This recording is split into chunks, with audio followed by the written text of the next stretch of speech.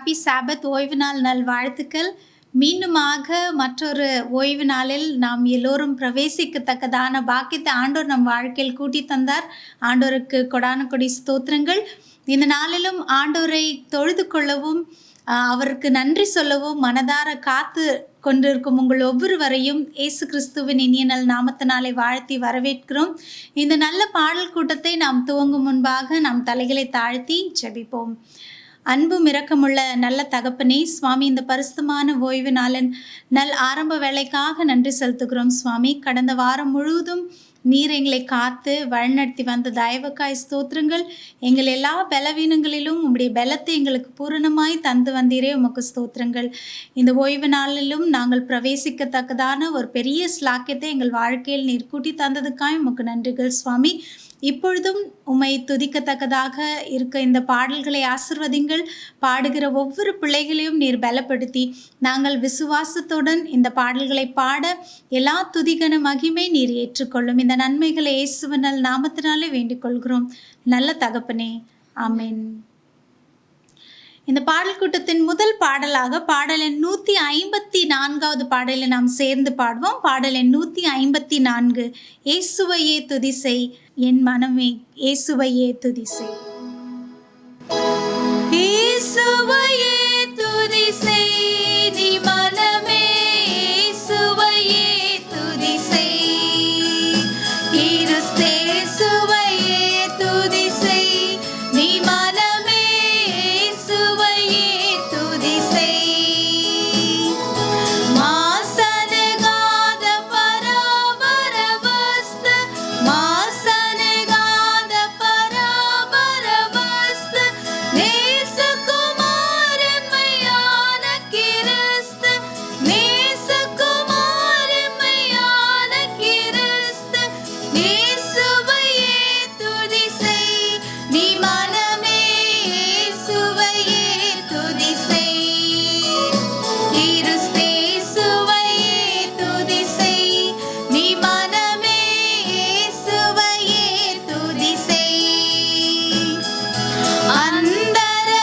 அந்தரவாந்தரையும் தருள் தந்த, அந்தரவாந்தரையும் தருள் தந்த, சுந்தர மிகுந்த சவுந்தர நந்தன், சுந்தர மிகுந்த சவுந்தர நந்தன், இயேசுவையே துதி செய் நீ மனமே, இயேசுவையே துதி செய். கிறிஸ்தேசுவையே துதி செய் நீ மனமே, இயேசுவையே துதி செய். எல்லின காரியம் யாவும் முகிக்க, எல்லின காரியம் யாவும் முகிக்க, மண்ணிலும் விண்ணிலும் வாழ்ந்து சுகிக்க, மண்ணிலும் விண்ணிலும் வாழ்ந்து சுகிக்க, இயேசுவையே துதி செய் நீ மனமே, இயேசுவையே துதி செய். கிறிஸ்தேசுவையே துதி செய் நீ மனமே, இயேசுவையே துதி செய். நிச்சயமாக நாம் தேவனை நாம் துதிக்கும் பொழுது ஆண்டவர் நம்மளுடைய காரியங்களை ஆசீர்வாதமாக மாற்றுவார். அடுத்த பாடலாக 174வது பாடல், எக்கால சத்தம் வானில் தொனித்திடதே எம் இயேசு மகாராஜனே வந்திடுவார் என்ற பாடலை நாம் சேர்ந்து பாடுவோம். எக்கால சத்தம் வானில் தொனித்திடவே எம் இயேசு மகாராஜனே வந்திடுவார். எக்கால சத்தம் வானில் தொனித்திடவே எம் இயேசு மகாராஜனே வந்திடுவார். அந்த நாள் மிக சமீபமே, சுத்தர்கள் யாவரும் சேர்ந்திடவே. அந்த நாள் மிக சமீபமே, சுத்தர்கள் யாவரும் சேர்ந்திடவே. தெய்வ எக்காலம் வானில் முழங்க, தேவாதி தேவனை சந்திப்போமே. எக்கால சத்தம் வானில் தொனித்திடவே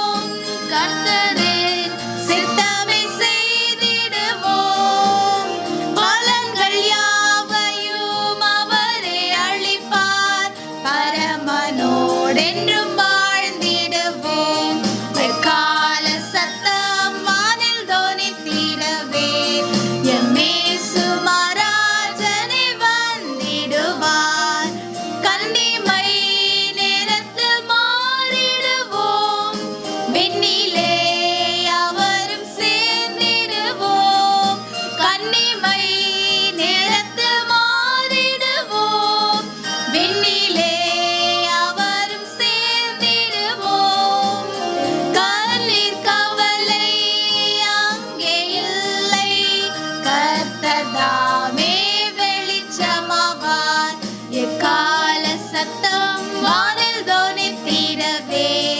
எம் இயேசு மகாராஜனே வந்திடுவார். நிச்சயமாக நம்மளுடைய ஆண்டவர் வெகு சீக்கிரமாக வர இருக்கிறார்.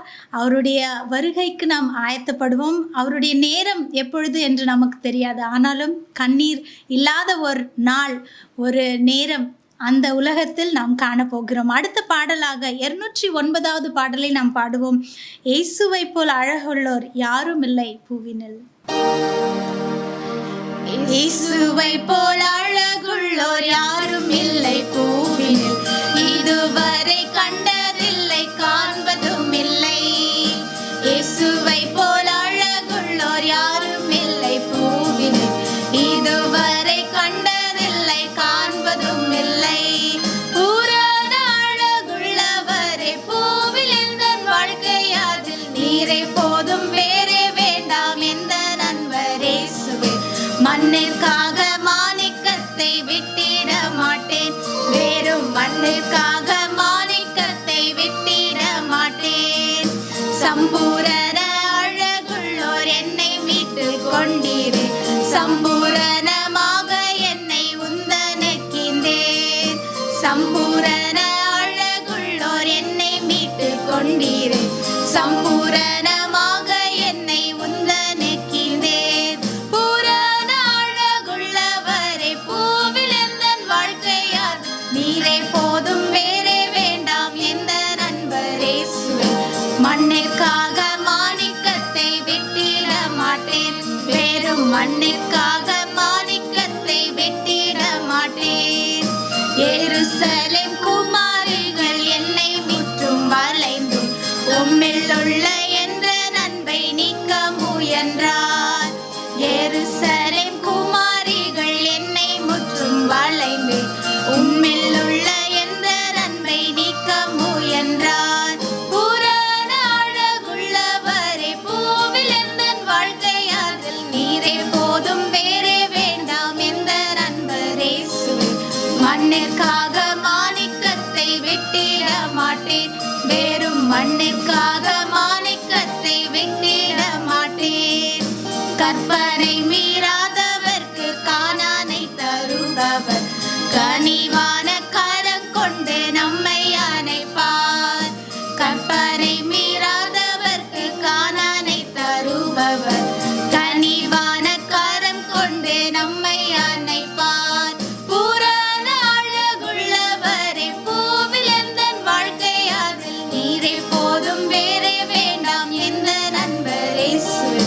மண்ணிற்காக மாணிக்கத்தை விட்டிட மாட்டேன், வேறும் மண்ணிற்காக மாணிக்கத்தை விட்டிட மாட்டேன். நிச்சயமாக பூரண அழகுள்ள நம் ஆண்டவரை நாம் கூடிய சீக்கிரத்தில் சந்திக்க இருக்கிறோம். இந்த பாடல் கூட்டத்தின் நிறைவு கீதமாக 76வது பாடல். இந்த காலகட்டத்தில் நம்மளுடைய சூழ்நிலைகள் எவ்வாறாக இருந்தாலும் சரி, ஆண்டவருடைய வருகை நமக்கு நம்பிக்கை நிச்சயமாக தருகிற ஒரு காரியம். அதை நாம் தியானிப்போம். உற்சாகமாக இந்த பாடலை நாம் பாடுவோம். மகிமையின் ராஜா மகிமையோடு வருகின்றார் மேகமீதில். 76வது பாடல். மகிமையின் ராஜா மகிமையோடு வருகின்றார் மேகமதில். மகிமையின் ராஜா மகிமையோடு வருகின்றார் மேகமதில். ஆனந்தமே ஆனந்தமே ஆனந்தமே பேரானந்தமே. ஆனந்தமே ஆனந்தமே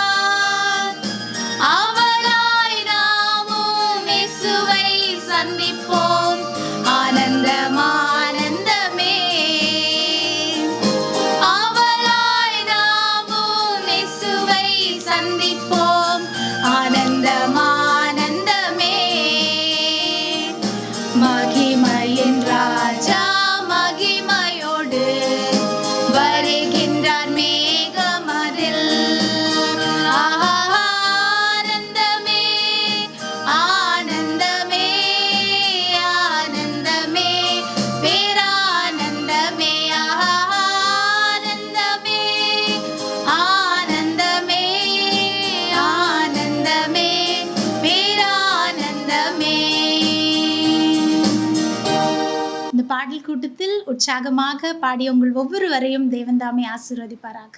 இந்த ஓய்வு நாளின் ஆரம்ப நேரத்திலே தேவனை தொழுது கொள்ளவும், அவரை துதிக்கவும், அவருடைய வசனத்தை கேட்கவும் காத்திருக்க ஒவ்வொரு பிள்ளைகளையும் இயேசு கிறிஸ்து நாமத்தினாலே வாழ்த்தி வருக வருக என்று வரவேற்றுக் கொள்கிறேன். ஆண்டவர் நம்மளுக்கு இந்த மாதம் முழுதும் நம்மளுக்கு சுகம், பலன், ஜீவனை கொடுத்து இந்த மாதம் கடைசிக்கு வந்துட்டோம். ஆண்டவர் நம்மளுக்கு எல்லாமே கொடுத்துருக்காரு. அவரை தொழுது கொள்ள, அவரை துதிக்க காத்திருக்க ஒவ்வொரு பிள்ளைகளையும் தேவன் தாமே ஆசீர்வதிப்பாராக. இந்த ஆராதனையின் ஆரம்ப பாடலாக நம் அனைவரும் சேர்ந்த வண்ணமாக பாடல் எண் 407 கர்த்தர் ஆசரித்த ஓய்வை மறவாதே என்ற பாடலை சேர்ந்த வண்ணமாக பாடுவோம். கர்த்தர் ஆசரித்த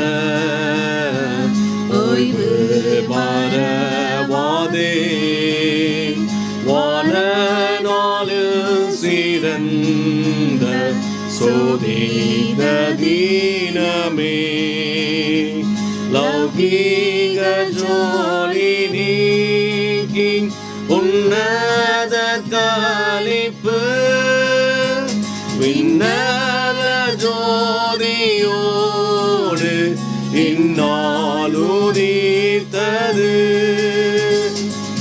வாழ்க வாழ்க என்றும் வாழ்க ஓய்வு தினமே, வாழ்க வாழ்க என்றும் வாழ்க ஓய்வு தினமே. ஓய்வை ஆசரித்து உன்னதரை தொழு, சிறக்கு இயேசு சொன்னார் நானே ஜீவ வழி, இரட்சகரை பின் சென்று தாழ்மையாய் ஜீவித்தார், நித்தியமாய் பாய்ந்தோடும் ஜீவ தண்ணீரிவா. வாழ்க வாழ்க என்றும் வாழ்க ஓய்வு தினமே, வாழ்க வாழ்க என்றும் வாழ்க ஓய்வு தினமே. பரிசுத்த இன்பம் பாலகனே சுவை பணிவுடன் கொண்டாடி வாழ்த்தி தொழுவதே, அளவில்லாத யாவின் அன்பினின் இரட்சகர் அருளிய நல்வாக்கு தேற்றுதே மனதை. வாழ்க வாழ்க என்றும் வாழ்க ஓய்வு தினமே, வாழ்க வாழ்க என்றும் வாழ்க ஓய்வு தினமே. நாம் அனைவரும் கண்களை மூடி ஜெபிப்போம். இரக்கத்தில் ஐசுவந்து பூமியின் மண்மக்களை கண்ணோக்கி பார்க்கின்ற தெய்வமே, எசப்பா இந்த ஓய்வு நாள் எங்களுக்கு கொடுத்த கிருபைகளுக்காக நன்றி ராஜா. தெய்வமே, இந்த வாரம் முழுவதும் எங்களோட வேலைகளுக்கு போகவும், எங்கள் போக்கிலவத்தில் நீங்கள் ஆசீர்வதிக்கவும் அப்பா, நாங்கள் எல்லா பணிகளும் செய்து அப்பா, இந்த நாள் உங்களுடைய ஓய்வு நாள் ஆரம்ப நேரத்தில் அப்பா உங்களுடைய தொழுது கொள்ளத்தக்கதாக இந்த இடத்துக்கு வந்திருக்கோம் அப்பா. உங்களுடைய தொழுது கொள்ளத்தக்கதான ஒரு பெரிய பாக்கியத்தை எங்களுக்கு கொடுத்த கிருபைக்காக நன்றி ராஜா. இந்த நாள் முழுவதும் எங்களை ஆசீர்வதிங்க. இந்த ஓய்வு நாளின் ஆரம்ப நிலையிலே அப்பா பேச போகிற மகனுக்காக செபிக்கிறோம் அப்பா. அவரை மறைத்து நீங்கள் பேச முடியாது காத்துக்கொள்ளுங்க. அவருக்கு பேசுகின்ற ஒவ்வொரு வார்த்தையும் உங்களுடைய நாவனால் வரத்துக்கூடிய வார்த்தையாக இருக்கத்தக்கதான பெரிய பாக்கியத்தை தாங்க. எங்களை ஆசீர்வாதிங்க. இந்த ஆராதனை முழுவதும் உங்களுடைய கிருபை, உங்களுடைய இறக்கம் இருக்கத்தக்கதான பெரிய பாக்கியத்தாங்க. எங்களை எல்லாம் ஆவியால் நிரப்புங்க அப்பா. ஆசீர்வதிங்க, பலப்படுத்துங்க, காத்துக்கொள்ளுங்க. கர்த்தர் அன்போடு கேட்டும் பரம்பிதாவே, ஆமேன்.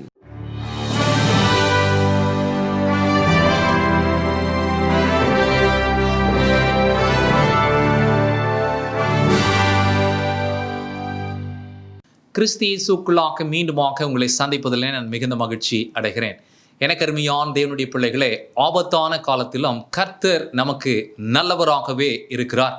அவர் செம்மையான பாதையிலே நம்மை வழிநடத்தி வருகிறார். உங்களை மீண்டுமாக சந்திக்கிறதிலே நான் மிகுந்த மகிழ்ச்சி அடைகிறேன். கடந்த ஒரு மாதம் முழுவதுமாக பின்மாரியை குறித்து நாம் அதிகமாக தியானித்தோம். அதில் அதிகமாக பழைய ஏற்பாட்டு வசனங்களை எடுத்து இதோ புதிய ஏற்பாட்டு காலத்திலே நமக்கு அதை எவ்விதமாக நாம் புரிந்து கொள்ளலாம் என்று சொல்லி நாம் தியானித்தோம்.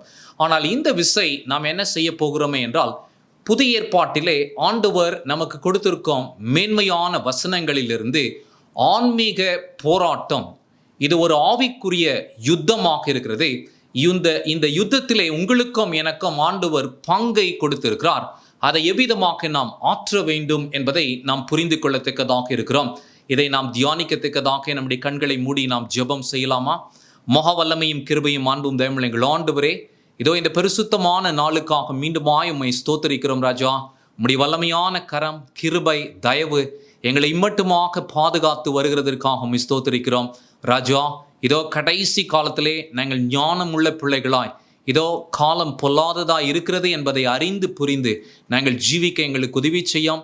இந்த ஆன்மீக போராட்டத்தை குறித்து இதோ நீர் எங்களுக்கு காண்பித்திருக்கும் பரிபூர்ணமான வெளிச்சத்தை நாங்கள் புரிந்து கொள்ள நீர் எங்களுக்கு உதவி செய்யும். இந்த செய்திகளை எல்லாம் தொடர்ச்சியாக பார்க்கும் அருமையான தேவனுடைய பிள்ளைகளை நீர் ஆசீர்வதியும். இந்த இக்கட்டான காலத்தில் நம்முடைய பிள்ளைகளை பத்திரமாய் பாதுகாத்து கொள்ளும். எங்களுடைய ஜீவன் உம்முடைய பார்வையிலே விசேஷமாக இருக்கிறது என்பதை அறிந்து உம்முடைய சமூகத்திலே எங்களை ஒப்புவிக்கிறோம் ராஜா. அடியனை முற்றிலுமாக மறைத்து தேவாவியானவர் வெளிப்படட்டும்.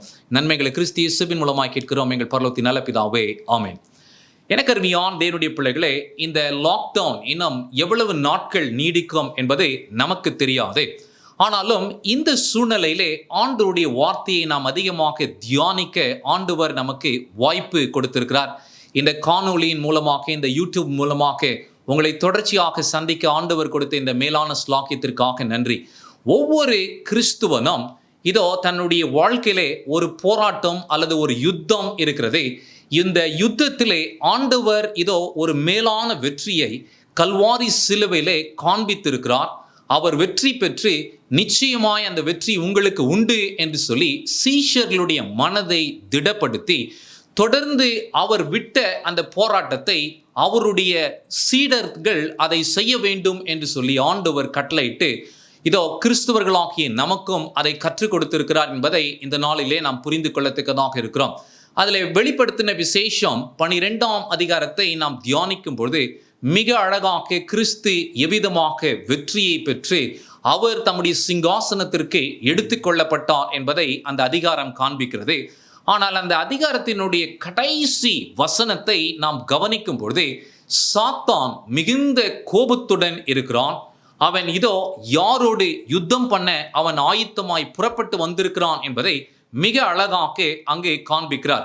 அதை சொல்லும் பொழுது வலு சர்ப்பமானது ஸ்திரீயின் மேல் கோபம் கொண்டு, ஸ்திரீ என்று சொல்லும் பொழுது ஆண்டவருடைய திருச்சபையை குறிக்கிறது. நீங்களும் நானும் கிறிஸ்துவின் இரத்தத்தினால் சம்பாதிக்கப்பட்டபடியினால் அவருடைய திருச்சபையிலே நாம் இணைந்திருக்கிறோம். இதோ இந்த திருச்சபையை குறித்து தொடர்ந்து சொல்லும்போது என்ன சொல்லுகிறார் என்றால், தேவனுடைய கற்பனைகளையும் இயேசு கிறிஸ்துவின் மேல் உள்ள சாட்சியை இதோ உடைய தேவனுடைய பிள்ளைகளோடு அவன் யுத்தம் பண்ண போனான் என்று சொல்லி வேத வசனம் சொல்லுகிறது.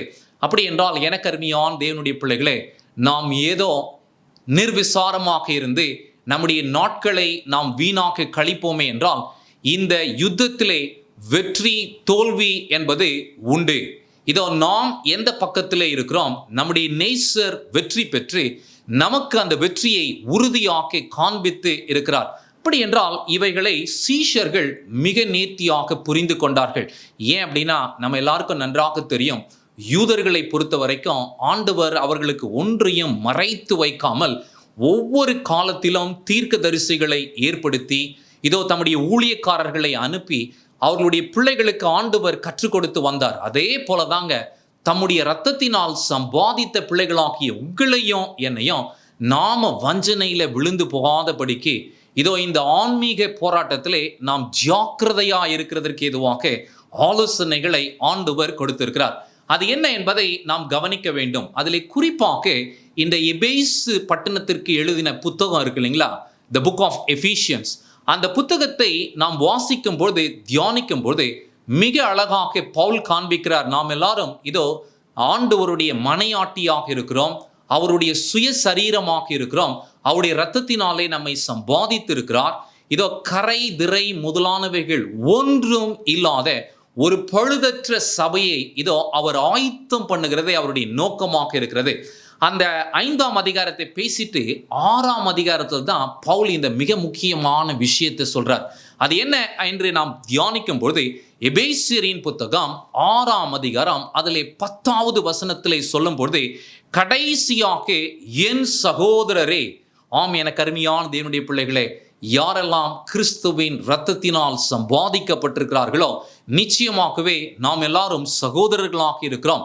பவுல் நம்மை பார்த்து கடைசியாக அப்படின்னா ஒரு மிக முக்கியமான ஒரு விஷயத்தை பவுல் தன்னுடைய ஊழியத்தை முடிக்கும் காலத்திலே சொல்லி இருக்கிறார்.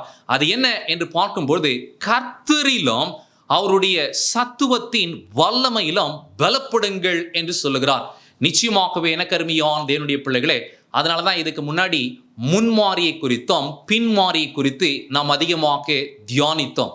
அப்படி என்றால் நிச்சயமாகவே அப்போஸ்தலர்களை பலப்படுத்தினது யார் என்றால் தேவ ஆவியானவர், தேற்றர வாளன், சத்திய ஆவியானவர், இதோ கிருபையின் ஆவி. அவருக்கு நிறைய பேர் வேதாகமத்தில் இருக்கிறது. அந்த சத்திய ஆவியானவர் பெந்தகோஸ்தே என்னும் நாளிலே அப்போஸ்தலர்கள் மேலறையிலே இறங்கின பொழுது அவர்களுடைய வாழ்க்கையின் சாட்சியை நாம் அறிந்திருக்கிறோம்.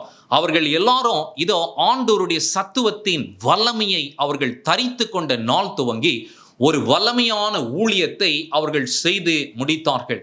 அப்படி என்றால் எனக்கு அருமையான தேவனுடைய பிள்ளைகளே, இந்த யுத்தத்திலே நீங்களும் நானும் இருக்கிறோம். நமக்கும் பங்கு இருக்கிறது. இந்த யுத்தத்திலே நமக்கு வெற்றி வேண்டுமே என்றால் கர்த்தரிலும் அவருடைய சத்துவத்தின் வல்லமையிலும் நாம் பலப்பட வேண்டும் என்பதை ஆண்டவர் காண்பிக்கிறார்.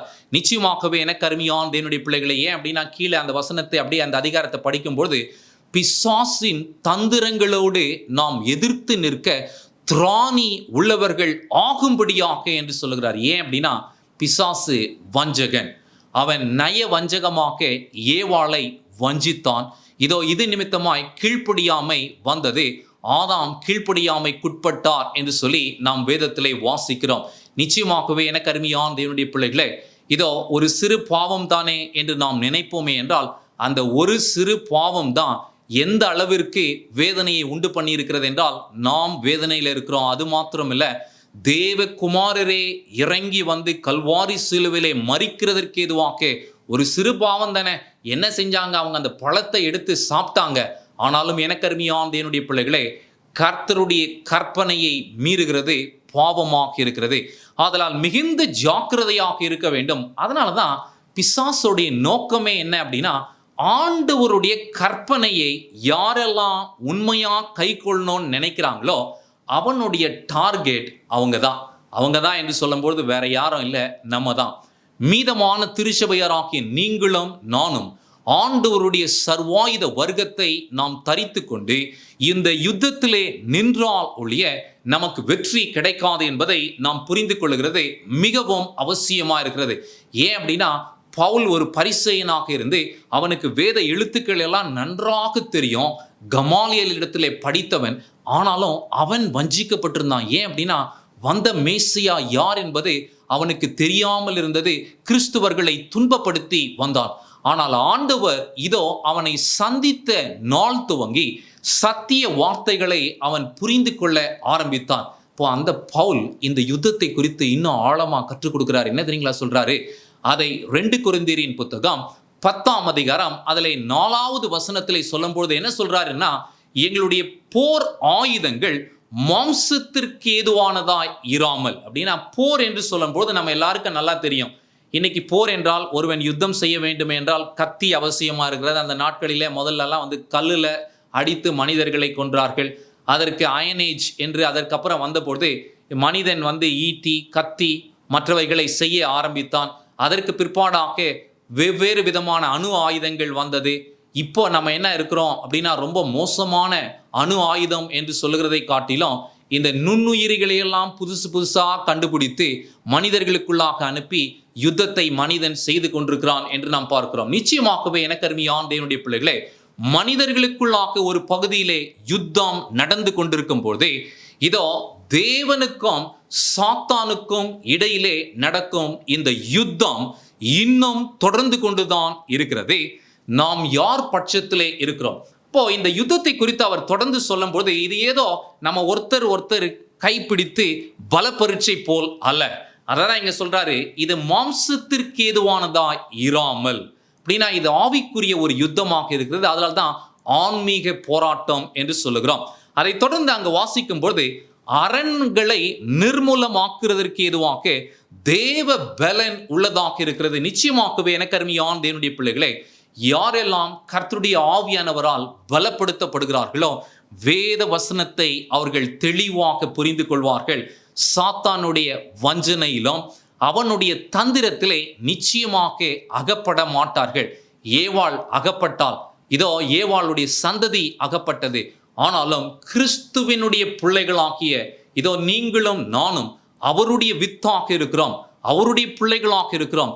கிறிஸ்துவ பிள்ளைகள் இந்த யுத்தத்திலே ஜெயிப்பார்கள் என்பதை மிக அழகாக காண்பிக்கிறார். அதே 2 கொரிந்தியர் 10:5 கீழே வாசிக்கும் பொழுது, அவைகளால் நாங்கள் தர்க்கங்களையும் எப்பவுமே பிசாசு என்ன பண்ணுவானா, ஆண்டவர் ஒரு விஷயத்தை சொல்லியிருந்தா அதற்கு எதிர்மறையா சொல்றது தான் பிசாசுடைய வேலை. இதோ ஆண்டவர் கற்பனையை கை கொள்ளுங்க அப்படின்னு கற்றுக் கொடுத்தா பிசாசு என்ன கற்றுக் கொடுப்பானா, கற்பனையெல்லாம் நமக்கு வேண்டாம், அவைகளையெல்லாம் நம்ம கை கொள்ள வேண்டாம். இதுதான் அவனுடைய தந்திரம். இதை நாம் அறிந்திருக்கிறோம். ஏவாளுக்கு அவன் அப்படித்தானே போதித்தான். ஆண்டவர் புசிக்க கூடாதுன்னு சொன்னாரு. அவன் என்ன சொன்னான், நீ இதை புசிக்கலாம், புசிச்சா உனக்கு இன்னும் நன்மை மேன்மை உண்டாகும். ஆனாலும் என்ன நடந்தது நம் எல்லாருக்கும் நன்றாக தெரியும். அதனால் இங்கு சொல்லும் பொழுது தேவனை அறிகிற அறிவுக்கு விரோதமாக எழும்புகிற எல்லா மேட்டிமையும் நிர்மூலமாக்கி, நல்லா புரிஞ்சுக்கோங்க, இந்த யுத்தத்துல சாத்தான் நமக்குள்ள என்னத்தை தெரியுங்களா உண்டு பண்றான்? மனமேட்டிமையை உண்டு பண்ணுகிறான். மனமேட்டிமை ஒரு நபருக்குள்ளாக வந்தாவே போதும், அவங்க யாருடைய பிள்ளை? சாத்தானுடைய பிள்ளை என்பதற்கு அடையாளமாக இருக்கிறது. ஆனால் கிறிஸ்து இந்த பூமியிலே வெளிப்பட்ட பொழுது மிகவும் மனத்தாழ்மையாக இருந்தார். அவர் சாந்த குணம் உள்ளவராக இருந்தார். அவருடைய நுகத்தடியை ஏற்றுக்கொள்ளும்படியாக நம்மை அழைத்திருக்கிறார். ஆதலால் எனக்கு அருமையான தேவனுடைய பிள்ளைகளை, பவுல் இங்க திருச்சபைக்கு கற்றுக் கொடுக்கும் பொழுது என்ன சொல்றாரு அப்படின்னா, இதோ நீங்களும் நானும் ரொம்ப ஜாக்கிரதையா இருக்கணும். இந்த யுத்தம் ஏதோ மாம்சத்திற்குரியது அல்ல. இதோ ஆண்டவரை அறிகிற அறிவுக்கு விரோதமாக எழும்புகிற எந்த மேட்டிமையான சிந்தைகளையும் என்ன பண்ணுகிறதா, எல்லா சிந்தைகளையும் நாங்கள் என்ன பண்றோம், கிறிஸ்து இயேசுவுக்கு கீழ்ப்படியும்படியாக சிறைப்படுத்துகிறோம். அப்படின்னா பிசாசு எங்க வேலை செய்யறான்னா, மைண்ட்ல தான் வேலை செய்யறான். இது ஒரு மைண்ட் கேம். சாத்தான் யோசனைகள் வஞ்சனைகள் தூண்டுகிறதற்கு இதுவாக சூழ்நிலையை மாற்றி கொடுப்பான். அந்த சூழ்நிலை மாறும் பொழுது வேண்டாத சிந்தைகள் எல்லாம் வரும். அதை ஓய்வு நாளில் அதிகமாக நாம் தியானிக்கத்தக்கதாக இருக்கிறோம். ஆனால் இந்த யுத்தம் எப்படிப்பட்டதாக இருக்கிறது, இதிலே உங்களுக்கும் எனக்கும் ஆண்டவர் எப்படி வெற்றி கொடுக்க போகிறார் என்கின்ற ஒரு அறிமுகத்தை தான் இன்றைக்கு நாம் தியானித்து கொண்டு இருக்கிறோம். அதை தொடர்ந்து 2 கொரிந்தியர் 10:6 நாம் வாசிக்கும் பொழுது, உங்கள் கீழ்ப்படிதல் நிறைவேறும் பொழுது, அப்படின்னா ஆண்டவர் நம்மை ஏன் பலப்படுத்துறார்னா, முற்றிலுமாய் நீங்களும் நானும் அவருக்கு கீழ்ப்படிய வேண்டும். நிச்சயமாகவே எனக்கு அருமையான தேவனுடைய பிள்ளைகளே, கீழ்ப்படியாதவர்கள் எல்லாம் யார் பக்கத்துல இருக்கிறாங்க அப்படின்னா, சாத்தானும் அவனுடைய சேனைகள் பக்கத்துல இருக்கிறாங்க. ஆனால் கீழ்ப்படிதல் உள்ள பிள்ளைகளோ, இதோ இவர்கள் தேவனுடைய பிள்ளைகளாக நீங்களும் நானும் இருக்கிறோம். கிறிஸ்துவின் இரத்தத்தினால் நாம் சம்பாதிக்கப்பட்டவர்கள். ஆவியானவர் நமக்குள்ளாக கிரியை செய்கிறார். அதனால்தான் அப்போஸ்தலர்கள் சொல்லும் பொழுது, கீழ்ப்படுகிறவர்களுக்கு தந்தருளின பரிசுத்த ஆவியானவரும் சாட்சி என்று சொல்லி சொன்னார்கள். நிச்சயமாகவே எனக்கு அருமையான தேவனுடைய பிள்ளைகளே, ஆண்டவர் தம்முடைய ஆவியானவரை யாருக்கு தருவார்? இதோ அவருடைய வார்த்தைக்கு கீழ்ப்படிய வேண்டும் என்று சொல்லி தங்களுடைய மனதை ஆயத்தம் பண்ணி ஆண்டவருடைய வசனத்திற்கு யார் தங்களை ஒப்புக் கொடுக்கிறார்களோ, நிச்சயமாகவே ஆண்டவர் இதோ உங்களுக்கும் எனக்கும் உதவி செய்வார் என்பதை நாம் புரிந்து கொள்கிறோம். இதில் நாம் மிக முக்கியமாக முதலாவதாக நாம் அறிந்து கொள்ள வேண்டிய காரியம் என்ன அப்படின்னா, இது 2 ராஜ்யங்களுக்கு விரோதமாக யுத்தம் நடந்து கொண்டிருக்கிறது. யாருமே மறுக்க முடியாது. இன்னைக்கும் நீங்க பார்த்தீங்கன்னா, ஒரு சாதாரண ஒரு மூவி அல்லது ஒரு படம் எடுக்கிறாங்கனாவே ஒரு ஹீரோ இருப்பான், ஒரு வில்லன் இருப்பான் இல்லையா? இந்த கான்செப்ட் எப்படி அவங்களுக்கு வந்துச்சு அப்படின்னா, நடைமுறையை அவங்க பார்க்குறாங்க. நடைமுறையில் நல்லதுன்னு ஒன்று இருக்குது, அதே நேரத்தில் கெட்டது என்று ஒன்று இருக்கிறது. அதை தான் அந்த குட் அண்ட் ஈவில் என்று சொல்லுகிறோம். நிச்சயமாகவே எனக்கு அருமையான தேவனுடைய பிள்ளைகளே, தனி மனிதர்களாக்கி நம்முடைய வாழ்க்கையை நம்ம எடுத்து பார்ப்போமே ப்ராக்டிக்கலாக. ஒவ்வொரு நாளும் நல்ல சிந்தைகளும் வருகிறது, அதே நேரத்தில் இதோ தீமையான சிந்தைகளும் இன்னொரு பகுதியிலே வருகிறது. அப்படி என்றால் இந்த பூமியில இருக்கும் ஒவ்வொரு மனுஷனும் இந்த யுத்தத்திலே இருக்கிறான். அதில் குறிப்பா யார் இந்த யுத்தத்தில் அதிகமா இருக்கிறாங்க அப்படின்னா, நல்ல மகனாக நான் இருப்பேன், நல்ல மகளாக நான் ஜீவிப்பேன்னு யாரு தீர்மானம் பண்ணியிருக்கிறாங்களோ அவங்க கிட்ட தான் சாத்தானுடைய கிரியை அதிகமாக சோதிக்கத்தக்கதாக வரும். ஆனாலும் இதோ நல்ல தீர்மானங்களை எடுத்த நாம் அதிலே நிலைத்திருந்து ஆண்டுடைய வார்த்தைக்கு கீழ்ப்படியத்தக்கதான பலனை ஆண்டவர் நமக்கு கொடுப்பார். இது யூதர்களுக்கு தெரியாம இருந்துச்சு. யூதர்கள் பார்த்தாங்க ஏசப்பாவுடைய ஊழியத்தை.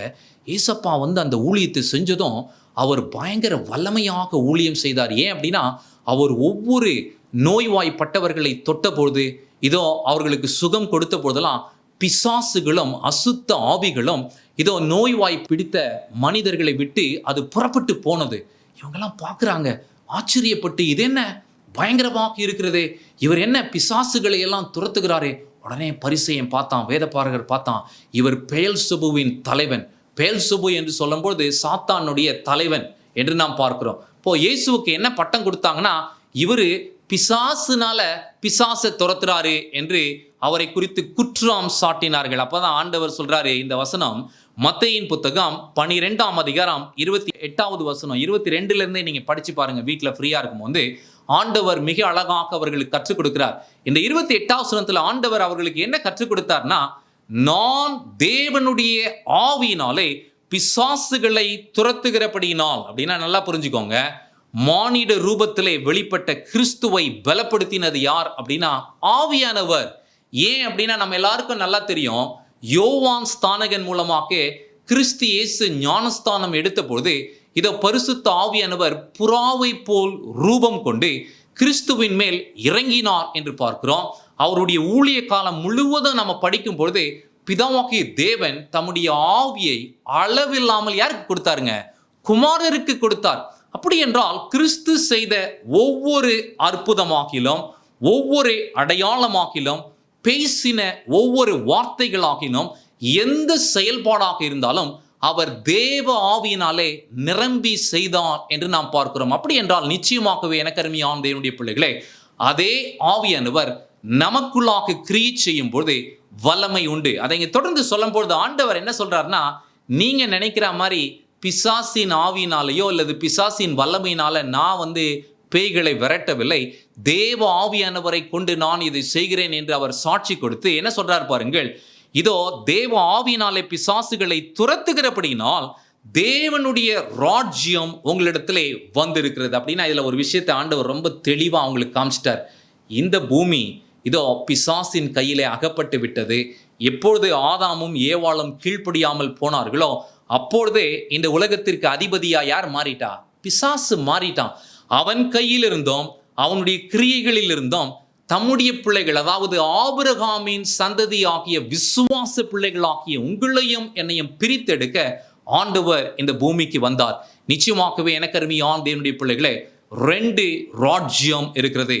ஒன்று பிசாசின் ராஜ்யம், இன்னொன்று நம்முடைய நேசராகிய கிறிஸ்துவின் ராஜ்யம். நிச்சயமாகவே அவருடைய இரத்தத்தினால் நாம் சம்பாதிக்கப்பட்டு அவருடைய ஆவியினாலே வழிநடத்தப்படுகிறபடினால் நாம் தேவனுடைய ராஜ்யத்திற்குள்ளாக பிரவேசித்திருக்கிறோம் என்பதை திட்டமாக ஆண்டவர் காமிச்சிட்டார். அதே யூதர்களுக்கு ஆண்டவர் சொல்லும் பொழுதப்பா, நீங்க நினைக்கிற மாதிரி நான் பிசாசை கொண்டு பிசாசை விரட்டுவேன் என்றால் எந்த ராஜ்யமும் பிரிஞ்சிருந்தா அது நிலைக்காது. அப்படின்னா நிச்சயமாகவே ஆண்டவர் 2 ராஜ்யம் இருக்கிறது. பிசாசின் ராஜ்யம் இணைந்து செயல்படுகிறது. அப்படின்னா பிசாசும் அவனுடைய கூட்டமும் இணைஞ்சு நம்மளை வஞ்சிக்கிறதுக்கும் நம்மளை கீழ்ப்படியாமையில் தள்ளுறதுக்கு அவங்க ஜாக்கிரதையா இரவும் பகலும் வேலை செய்கிறாங்கன்னா நாம எவ்வளவு ஜாக்கிரதையாக இருக்க வேண்டும் என்பதை தான் நாம் தியானித்து கொண்டிருக்கிறோம். சரி, 2வது இதில் நாம் புரிந்து கொள்ள வேண்டிய மிக முக்கியமானது என்ன அப்படின்னா, ஒரு யுத்தம் இருக்கு அப்படின்னா அதற்கு துவக்கம் இருக்கும், அதே போல் அதற்கு என்ன வேண்டும்? முடிவு வேண்டும் இல்லையா? ஒரு நாடகம் எடுக்கிறாங்கன்னா அதுக்கு ஒரு துவக்கம் இருக்கும், ஒரு முடிவு இருக்கும். அதே போலதான் இங்கு வேதத்தை நாம் வாசிக்கும் போது இந்த யுத்தம் எங்கு துவங்கினது என்பதை மிக அழகாக ஆண்டவர் காண்பிக்கிறார். அதே வெளிப்படுத்தின விசேஷம் 12ஆம் அதிகாரத்திலே இதோ மீகாவேலுக்கும் அவரை சார்ந்த தூதரும் யாரோடு யுத்தம் பண்ணினார்கள் என்றால் வலு சர்பத்தோடு இருக்கும் தூதர்களோடு இதோ அவருடைய சேனை யுத்தம் பண்ணினது என்று பார்க்கிறோம். ஆனால் அந்த யுத்தத்திலே சம்பவித்தது என்ன அப்படின்னா, இதோ மீகாவேல் வெற்றி சிறந்தார். நிச்சயமாகவே எனக்கருமையான தேவனுடைய பிள்ளைகளே, வெற்றி என்பது ஆண்டவர் பட்சத்தில் இருக்கிறது. இதோ அவர் வெற்றியின் நாயகனாக இருக்கிறார். நாம் யார் பக்கத்திலே இருக்கிறோம் என்பதை நம்முடைய கிரியைகள் வெளிப்படுத்தும். நான் ஆண்டவரை நம்புறேன் அப்படின்னு சொல்லிட்டு கீழ்ப்படியாமலே இன்னும் நான் இருப்பேன் அப்படின்னா வஞ்சிக்கப்பட்டிருக்கிறேன்.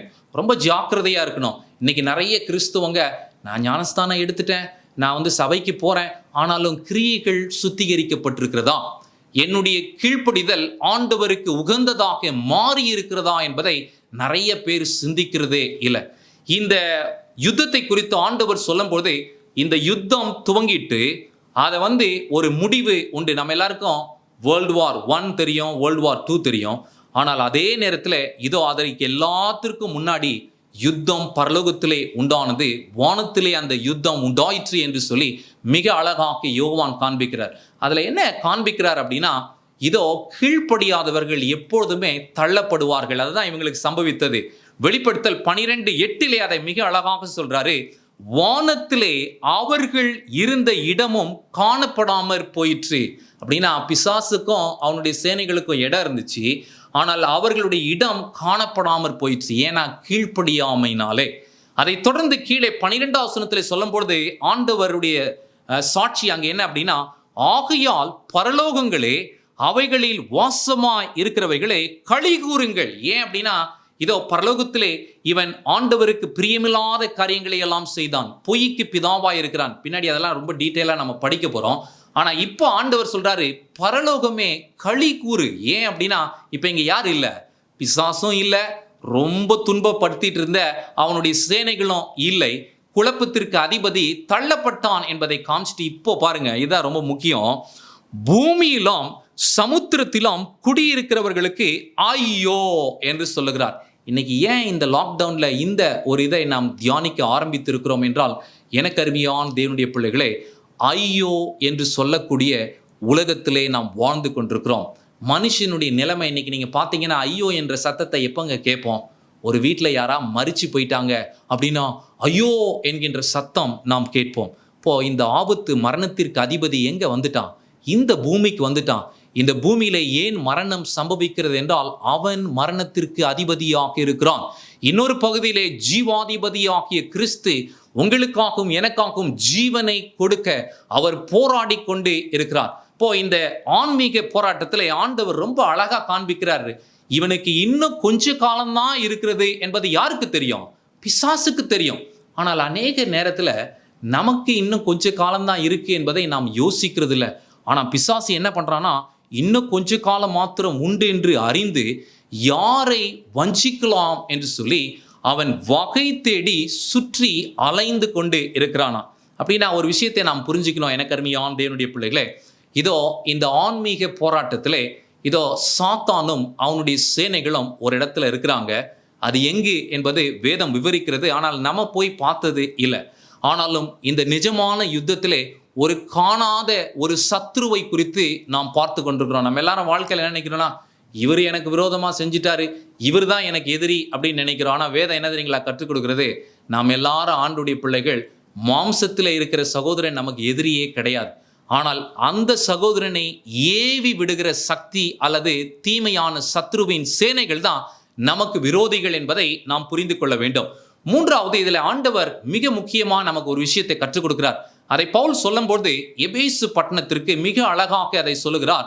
6ஆம் அதிகாரம் அதில் 12வது வசனம். அதை இங்கு சொல்லும்போது, ஏனெனில் மாம்சத்தோடும் இரத்தத்தோடும் அல்ல. நல்ல ஒரு விஷயத்தை புரிஞ்சுக்கோங்க. இன்னைக்கு நிறைய நேரத்தில் நம்ம என்ன நினைக்கிறோம்னா, என்னுடைய வளர்ச்சிக்கு இந்த மனுஷன் தாங்க தடை, இந்த மனுஷன் தாங்க என்னை கீழே தள்ளிக்கிட்டே இருக்கான் என்று சொல்லி அவர்களை நாம் பகைக்கிறோம்.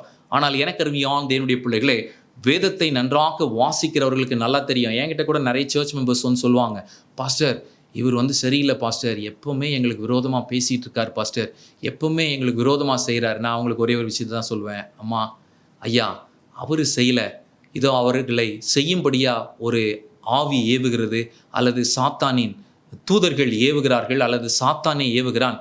அதனால் சத்ரு யார் அப்படின்னா அவங்க கிடையாது, இதோ அவங்களை ஏவுகிறவன் தான் நமக்கு எதிராளி என்பதை புரிந்து கொள்ளுங்கள் என்று சொல்லுகிறது. அதை தான் இங்கே பவுலும் சொல்கிறாரு.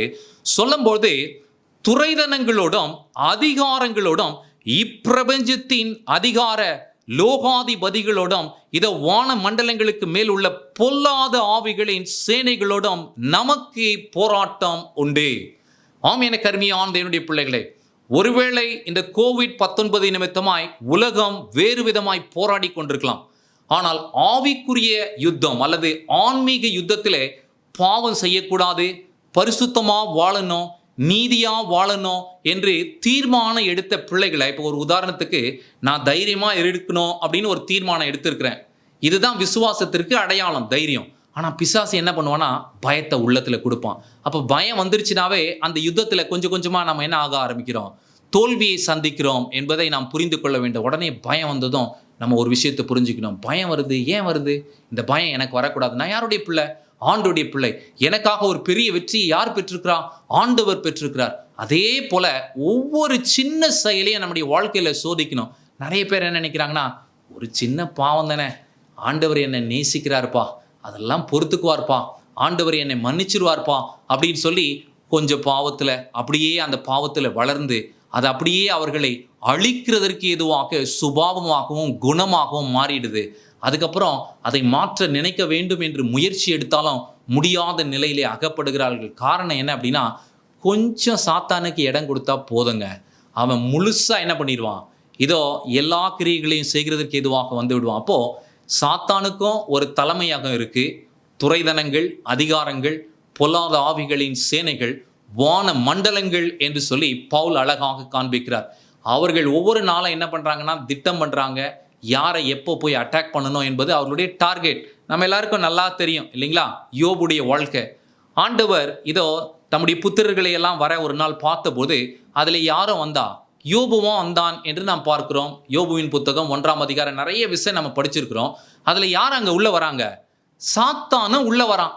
அவனுடைய நோக்கம் என்ன அப்படின்னா, நீதிமானா யார் வாழ்றானோ, உண்மையும் உத்தமமாய் யார் இருக்கிறாங்களோ அவங்களை கீழே தள்ளணும், அவங்க ஆண்டவரை தூஷிக்கணும், ஆண்டவர் மேலே வைத்திருக்கும் விசுவாச குறைச்சல் அவர்களுக்கு ஏற்படணும். இதுதான் அவனுடைய நோக்கமாக இருக்கிறது. யோபின் வாழ்க்கையில சம்பவித்தது நம்ம எல்லாருக்கும் நல்லா தெரியும். அவன் எவ்வளவோ முயற்சிகளை எடுத்து இதோ சாத்தான் தோத்து போனான். காரணம் என்ன அப்படின்னா, யோபு கிட்ட இருந்து சொத்தெல்லாம் எடுத்தான், பிள்ளைகளையெல்லாம் எடுத்தான், ஆஸ்தியெல்லாம் எடுத்தான். ஆனா இந்த யுத்தத்துல யோபுடைய இருதயத்துல மறைந்திருந்த வசனத்தை என்ன பண்ண முடியல, சாத்தானால எடுக்கவே முடியல. அதனால இங்க சீக்ரெட் என்ன தெரியுங்களா, எனக்கு அருமையான தேவனுடைய பிள்ளைகளே, நம்முடைய ஆவிக்குரிய வாழ்க்கையில நம்ம ஒரு பிரசங்கத்தை கேட்குறோம், அல்லது ஒரு பாடலை அங்கே நம்ம கேட்குறோம், ஒரு பாடலின் வரி நம்மை தொட்டிருக்கலாம், ஒரு பிரசங்கம் நம்ம ஏவி இருக்கலாம். அந்த பிரசங்கத்தை நம்ம ஒரு வாரம் முழுவதும் நம்ம தியானித்து கொண்டே இருக்கணும்.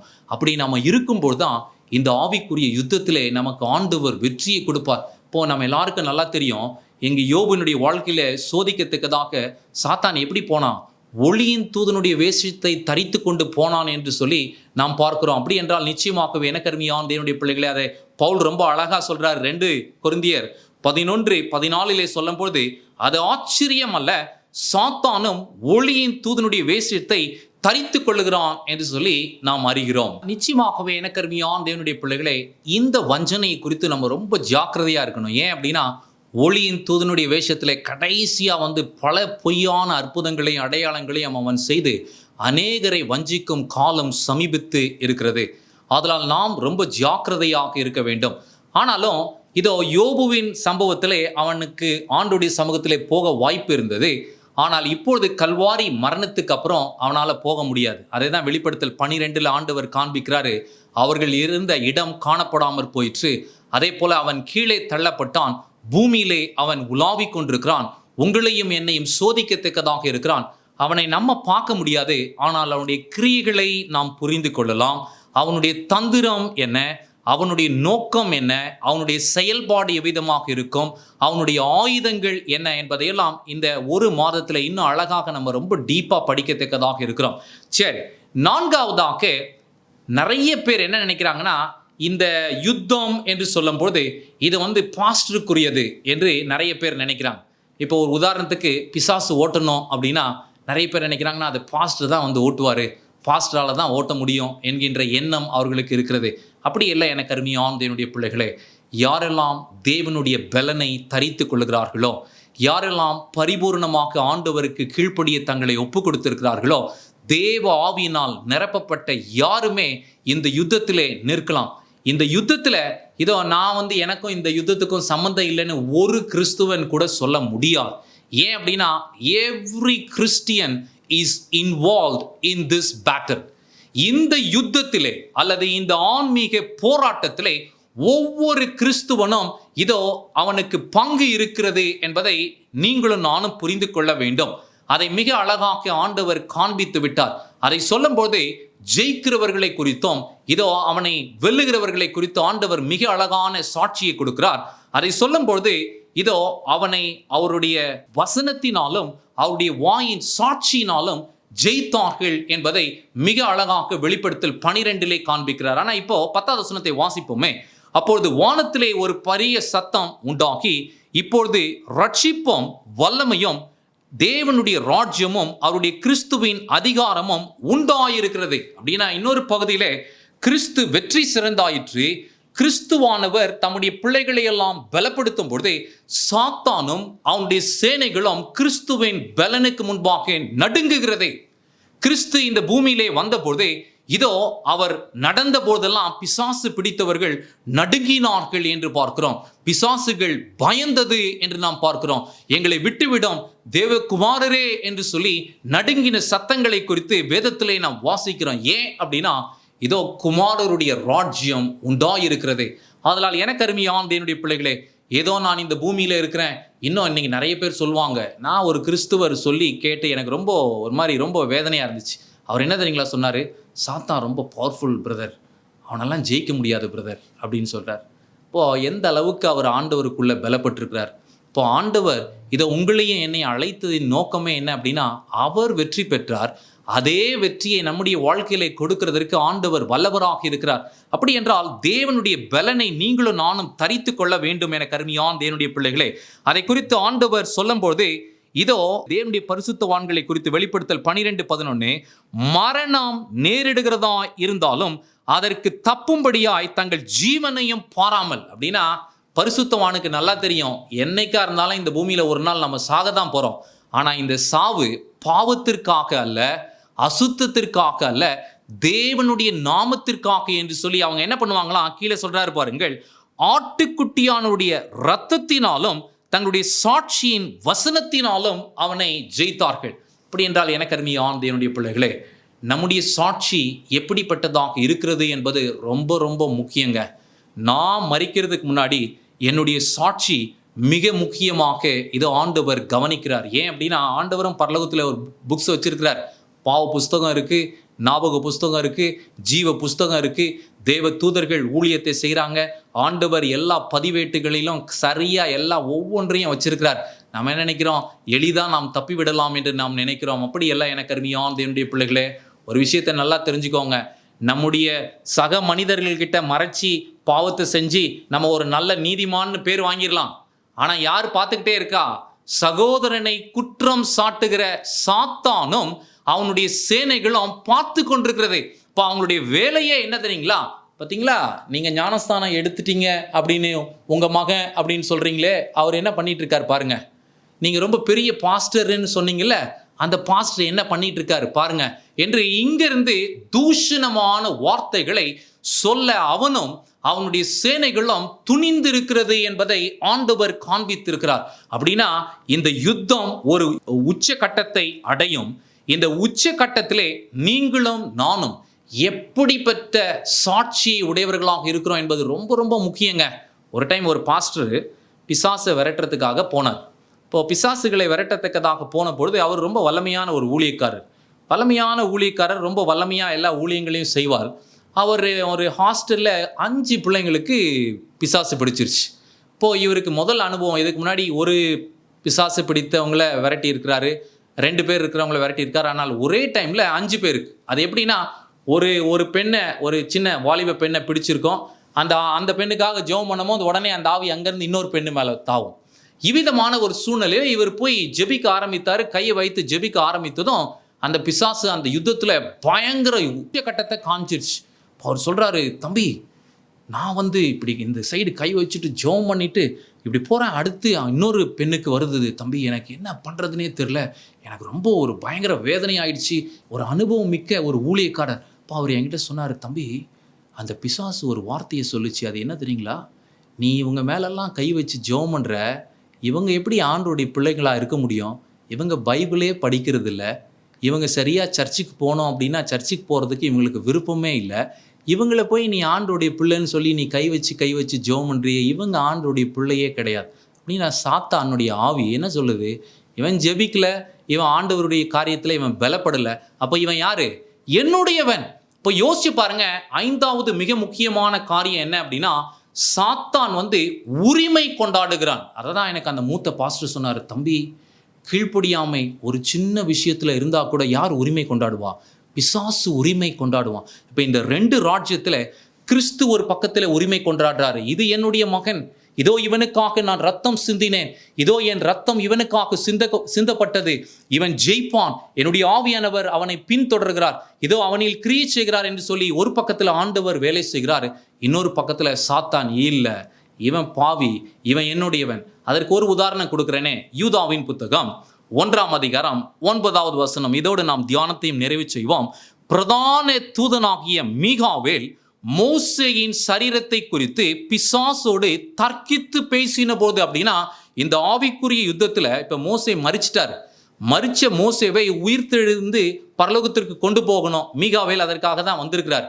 இப்போ இந்த உயிர்த்தெழுதலுக்காக ஆண்டவர் இங்கே வரும்போது யார் நிற்கிறா? சாத்தானும் அவனுடைய சேனைகளை நின்று, மோசேவை நீங்கள் உயிரோடு எழுப்ப முடியாது. ஏன் அப்படின்னா, இவன் ஒரு விசை கீழ்ப்படியாமைக்குள்ளாக விழுந்துட்டான். ஏன் அப்படின்னா, ஆண்டவர் இதோ முதல் விசை கண்மலையை நீ அடி என்று சொன்னார். அது எதற்கு அடையாளமா இருக்குன்னா, கண்மலையாகிய கிறிஸ்து கல்வாரி சிலுவிலே ஒரு விசை அடிக்கப்படுவார் என்பதற்கு அடையாளமாக இருந்தது. ஆனால் 2வது விசை கண்மலையோடு பேசுன்னு ஆண்டவர் சொன்னார். ஆனால் இதோ அந்த கண்மலையை மோசே அடிச்சிட்டாரு. இது நிமித்தமாய் அவர் எங்க கூட போக முடியல, கானான் தேசத்திற்குள்ளே போக முடியல. ஆனாலும் இப்போ பரம கானானுக்கு கூட்டி கொண்டு போகிறதற்கு மீகாவேலும் அவருடைய தூதர்களும் மோசேயினுடைய சரீரத்தை குறித்து பிசாசோடு தர்க்கித்து பேசுகிறாங்க. ஆனாலும் தூஷணமாய் குற்றப்படுத்த துணியில. காரணம் என்ன அப்படின்னா, கர்த்தர் உன்னை கடிந்து கொள்வார் என்று சொல்லி மிக அழகாக மோசேவை உயிரோடு எழுப்பி இதோ ஆண்டவர் அவனை கொண்டு போனார் என்று பார்க்கிறோம். இதையே நாம் பார்க்குறோம் அப்படின்னா, அவ்வளவு வல்லமையான ஒரு ஊழியத்தை செய்த மோசேயுடைய சரீரத்தை குறித்தே பிசாசும் அவனுடைய சேனைகளை தர்க்கித்து அவங்க பேசுகிறாங்க. அப்படின்னா நம்ம இந்த கடைசி நாட்களில் எவ்வளவு ஜாக்கிரதையாக இருக்கணுங்க. எனக்கு அருமையான தேவனுடைய பிள்ளைகளே, நாம் எதை பார்க்கிறோம், நாம் எதை யோசிக்கிறோம், எதை நாம் சிந்திக்கிறோம், எவைகளை நாம் பேசுகிறோம், நம்முடைய கீழ்ப்படிதல் எவ்விதமாக இருக்கிறது, நான் ஒரு உண்மை கிறிஸ்துவனாக இருக்கிறேனா, என்னுடைய வாழ்க்கையின் சாட்சி எவ்விதமாக இருக்கிறது என்பதை குறித்து நம்ம ரொம்ப ஜாக்கிரதையாக இருக்கணும்.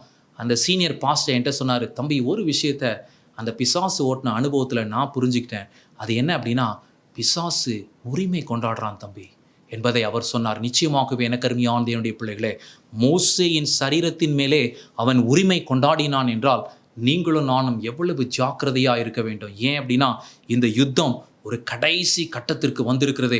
அதனால தான் பவுல் திருச்சபைக்கு கற்றுக் கொடுக்கும்போது, நீங்கள் கிரயத்திற்கு கொல்லப்பட்டீர்கள், ஒருவனுக்கும் அடிமையாகாதிருங்க. ஏன் அப்படின்னா யோசிச்சு பாருங்க, பாவத்துக்கு அடிமையாயிட்டோம் அப்படின்னா யாருக்கு அடிமை? பிசாசுக்கு அடிமை. ரொம்ப ஜாக்கிரதையாக இருக்கணும். அதான் இங்கே சொல்லும்பொழுது 1 கொரிந்தியர் 6:19 உங்கள் சரீரமானது நீங்கள் தேவனாலே பெற்றும் உங்களில் தங்கி இருக்கிற பரிசுத்த ஆவியானுடைய ஆலயமாக இருக்கிறது என்று நீங்கள் உங்களுடையவர்கள் என்று அறியீர்களா அப்படின்னா, இங்கே ரொம்ப முக்கியமான பாயிண்ட் என்ன அப்படின்னா, இனி நான் எனக்கு சொந்தம் அல்ல. இந்த ஆவிக்குரிய யுத்தத்தில் ஒரு விஷயத்தை நல்லா புரிஞ்சுக்கணுங்க. சுயம் உள்ள வந்துச்சுனாவே தோல்வி வந்துடும். இந்த யுத்தத்தில் நம்ம ஜெயிக்கணும் அப்படின்னா உள்ள யார் இருக்கணும்? கிறிஸ்துவும் அவருடைய ஆவியானவரும் நமக்குள்ளாக கிரியை செய்ய வேண்டும். கிறிஸ்து நமக்குள்ளாக இருக்கும் பொழுது நாம் நமக்கு சொந்தமானவர்கள் அல்ல. அதனால தான் பவுல் சொல்றாரு, நான் இதோ பிழைத்திருக்கிறேன், இனி நான் அல்ல, கிறிஸ்துவே என்னில் பிழைத்திருக்கிறார், நான் அவரோடு கூட கல்வாரி சிலுவையிலே அறையப்பட்டாயிற்று என்று சொல்லுகிறார். நிச்சயமாகவே எனக்கு அருமையான தேவனுடைய பிள்ளைகளே, கிரயத்திற்கு கொள்ளப்பட்ட நீங்களும் நானும் எதை செய்தாலும் தேவனுடைய நாமத்தின் மகிமைக்காக செய்ய வேண்டும். ஆண்டவரை மகிமைப்படுத்தும் பொழுது பிசாசு பயந்து ஓடுவாங்க. யோபு அதானே செஞ்சாரு. எவ்வளோ சோதனைகளை பிசாசு கொடுத்து கொடுத்து கொடுத்து யோபு என்ன பண்ணாரு? கர்த்தர் கொடுத்தார், கர்த்தர் எடுத்துக்கொண்டார், கர்த்தருக்கு ஸ்தோத்திரம். இப்போ இந்த வெற்றியை யோபு எப்படி பெற்றார் அப்படின்னா, ஒரு வகையில சரீரத்தில் பல்வேறு விதமான வேதனை, போராட்டம், அழிவு சரீரத்தில். ஆனால் இவர் வெற்றியை கண்டார். என்ன அப்படின்னா, ரெண்டு மெயின் சீக்ரெட். ஒன்று, ஆண்டுடைய வார்த்தையை மாத்திரம் யோபுடைய இருதயத்திலிருந்து சாத்தானால எடுக்க முடியல. இன்னொன்று, ஆண்டவரை துதிக்கிற துதி அவனுடைய வாயிலிருந்து ஒழியவே இல்லை. நிச்சயமாகவே எனக்கு அருமையான தேவனுடைய பிள்ளைகளே, இந்த கடைசி நாட்களிலே துதியின் சத்தம் நமக்கு அவசியமாக இருக்கிறது. நமக்கு எவ்வளோ போராட்டம், எவ்வளவு நிந்தை, எவ்வளவு வேதனைகள் வந்தாலும் இது ஒரு ஆவிக்குரிய யுத்தம். இவ்வளோ கிட்ட நம்ம வந்துட்டோம், கடைசி ஆண்டவர் நமக்கு ஒரு வெற்றியை கொடுக்க போகிறார் என்று சொல்லி ஆண்டவருடைய வசனத்தை நம்முடைய இருதயத்திலே பத்திரப்படுத்தி நாம் வாழ்ந்து ஆண்டவரை துதித்து கொண்டே இருப்போம் என்றால் நிச்சயமாய் மேன்மையான ரட்சிப்பை நாம் பூரணமாய் பெற்றுக்கொள்வோம். அதனால் எனக்கு அருமையான என்னுடைய பிள்ளைகளே, தொடர்ந்து இந்த ஒரு மாதம் முழுவதுமாக இதோ இந்த ஆவிக்குரிய ஆன்மீக யுத்தத்தை குறித்து ஆழமாக நாம் படிக்க இருக்கிறோம். நாளைக்கு, அதாவது ஓய்வு நாள் பகல் வேளையிலே ஒரு மிக முக்கியமான சத்தியத்தை நாம் தியானிக்கத்தக்கதாக இருக்கிறோம். கர்த்தர் நம் ஒருவரையும் ஆசீர்வதிப்பாராக. ஆமென். எனக்காய் கருதுவார், என்னை போஷிப்பார், எந்த தேவைகள் எல்லாம் சந்திப்பார், துன்ப நாளில் கைவிடாமல் தன் சீரகின் நிழலில் மறைப்பார்.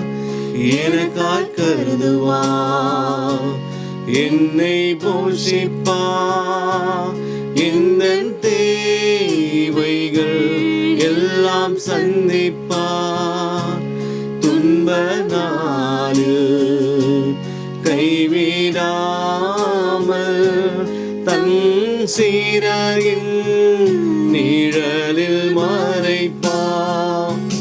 நம்புவதற்கு எனக்கென்றும் சர்வ வல்லவர் கூட இருப்பார். தளராமல் வனாந்திரத்து பிரயாணம் செய்வே நம்பிக்கையோடு.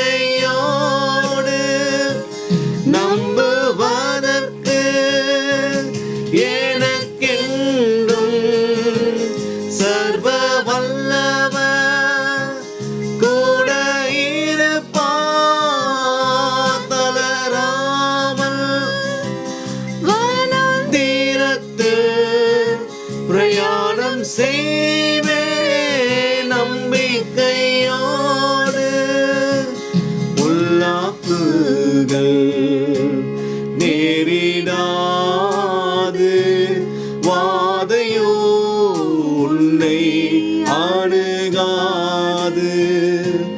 பாதைகளில் தேவனுடைய தூதர்கள் தம் கரங்களில் தாங்குவார்.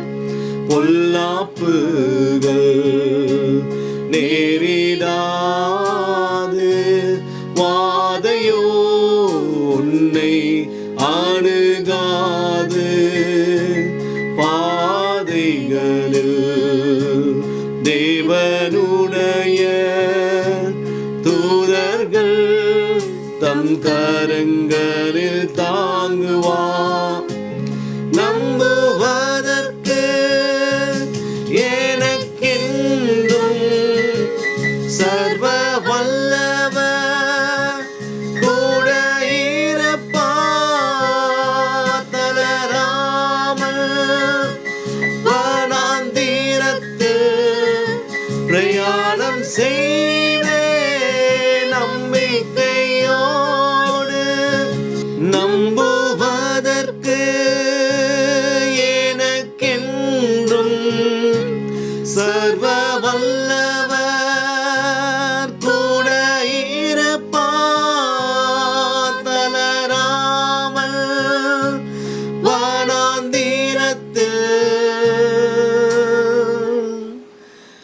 பிரயாணம் செய்வேன்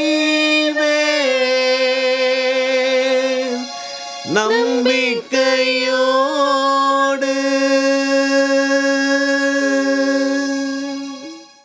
கண்களை மூடி ஜெபம் செய்வோம். மகா வல்லமையும் கிருபையும் அன்பும் தயவும் எங்கள் ஆண்டவரே, எங்கள் பிதாவே, உம்முடைய சமூகத்தில் எங்களை தாழ்த்துகிறோம், எங்களை ஒப்புவிக்கிறோம். ராஜா, இந்த வேளையிலும் நீர் உம்முடைய ஆவியானவரை கொண்டு எங்களோடு பேசினதற்காக நன்றி. இந்த ஆன்மீக போராட்டத்திலே எங்களுக்கும் பங்கு உண்டு. இதோ நாங்கள் யோபுவை போல உம்முடைய வசனத்தை எங்கள் உள்ளத்திலே காத்து கொண்டு துதியின் சத்தத்தினால் ஜெயிக்க வேண்டும் என்பதை நாங்கள் அறிந்து கொண்டோம். தொடர்ச்சியாக ஆண்டவரே, இந்த ஒரு மாதம் முழுவதுமாக மென்மையான சத்தியங்களை எங்களுக்கு வெளிப்படுத்தும். இந்த ஆவிக்குரிய யுத்தம் எப்படிப்பட்டதாக இருக்கிறது? சாத்தானுடைய வஞ்சனை, அவனுடைய தந்திரங்கள், அவனுடைய யோசனைகள், அவனுடைய பொய்யின் ஆழங்கள், இவைகளையெல்லாம் புரிந்து கொள்ள எங்களுக்கு உதவி செய்யும். விசேஷமாக அப்பா, இந்த கோடம்பாக்கம் திருச்சபை நீங்கள் ஆசீர்வதிங்க. உம்முடைய பிள்ளைகளை கர்த்தர் நீங்கள் இம்மட்டுமாய் பத்திரமாய் பாதுகாத்து வரீங்க. அதுக்காக நன்றி ராஜா. இந்த திருச்சபையை கண்காணிக்கும் அருமையான போதகர் பாஸ்டர் டாக்டர் ஜான்சன் அவர்களுக்காகவும் அவருடைய மனைவி பிள்ளைகளை நீர் ஆசீர்வதியும். இந்த திருச்சபையின் மூப்பர்கள், இதோ இந்த திருச்சபையின் அங்கத்தினர், இந்த நாள் ஆராதனையிலே பங்கு பெற்ற ஒவ்வொருவரையும் நீர் ஆசீர்வதியும். தேவ சமாதானம் உங்களுடைய பிள்ளைகளோடு கூட இருக்கட்டும். விசேஷமாக உலகத்தின் பல பகுதிகளிலிருந்து தொடர்ச்சியாக இந்த நிகழ்ச்சிகளெல்லாம் பார்க்கும் அருமையான தேவ உள்ளங்களை கர்த்தர் நீர் ஆசீர்வதியும். உம்முடைய பிள்ளைகளை பாதுகாத்துக் கொள்ளுங்கப்பா. விசேஷமாக இந்த COVID-19 பாதிக்கப்பட்ட பிள்ளைகளுக்கு நீங்கள் விடுதலையை தாங்க. அவர்களுக்கு இதோ அந்த ஜீவன் எவ்வளவு மேன்மை என்பதை புரிந்து கொண்டு உம்முடைய சமூகத்திலே தங்களை ஒப்புக் கொடுக்க நீங்கள் உதவி செய்யுங்கப்பா. எங்களை ஒப்புக் கொடுக்குறோம் ராஜா. இதோ உமக்கு சித்தமானது மாத்திரமே எங்களுடைய வாழ்க்கையிலே நடக்கட்டும். நீர் நடத்தும் நன்மைகள் எல்லாவற்றையும் தயவாய் எங்கள் சிறாக்கி கிறிஸ்து இயேசுவின் மூலமாக கேட்கிறோம் எங்கள் பரலோகத்தின் நல்ல பிதாவே, ஆமென். பரமநிலைகளின் பிதாவே, நாமும் பரிசுத்தப்படுவதாக, ராஜ்யம் வருவதாக, சித்தம் பரலோகத்தில் செய்யப்போல பூமியில் செய்யப்படுவதாக. எங்கள் வேண்டிய ஆகாத்தை எங்கள் தாரும். எங்கள் கடன் நாளைக்கு மன்னிக்கு போகிறோம். எங்கள் கடனை நீர் எங்களுக்கு மன்னியும். எங்களை சோதனை பிரசிக்காமல் தீமிந்து ரசித்துக் கொள்ளும். ராஜ்யமும் வல்லமையும் மகிமையும் என்றென்றைக்கு உம்முடையவைகளே, ஆமேன். என் ஆத்மாவே கர்த்தரை ஸ்தோத்திரி, என் முழுவதுமே பரிசுநாமத்தை ஸ்தோத்திரி. என் ஆத்மாவே கர்த்தரை ஸ்தோத்திரி, அவர் செய்த சகல உபகாரங்களையும் மறவாதே, ஆமேன். பிதாவாகிய தேவனுடைய அன்பும் கர்த்தராகிய இயேசு கிறிஸ்துவின் கிருபையும் தூய ஆவியானவரின் அன்யோன்ய ஐக்கியமும் சிநேகமும் விசேஷமாக இந்த நாளின் சத்தியத்தை கேட்டு தங்களை ஒப்புக் கொடுத்த தேவ பிள்ளைகள் ஓரிடம் என்றென்றும் சதா காலங்களிலும் இருப்பதாக, ஆமென்.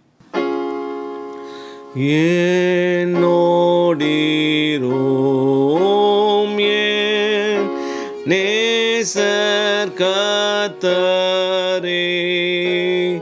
வெளிச்சமாங்கி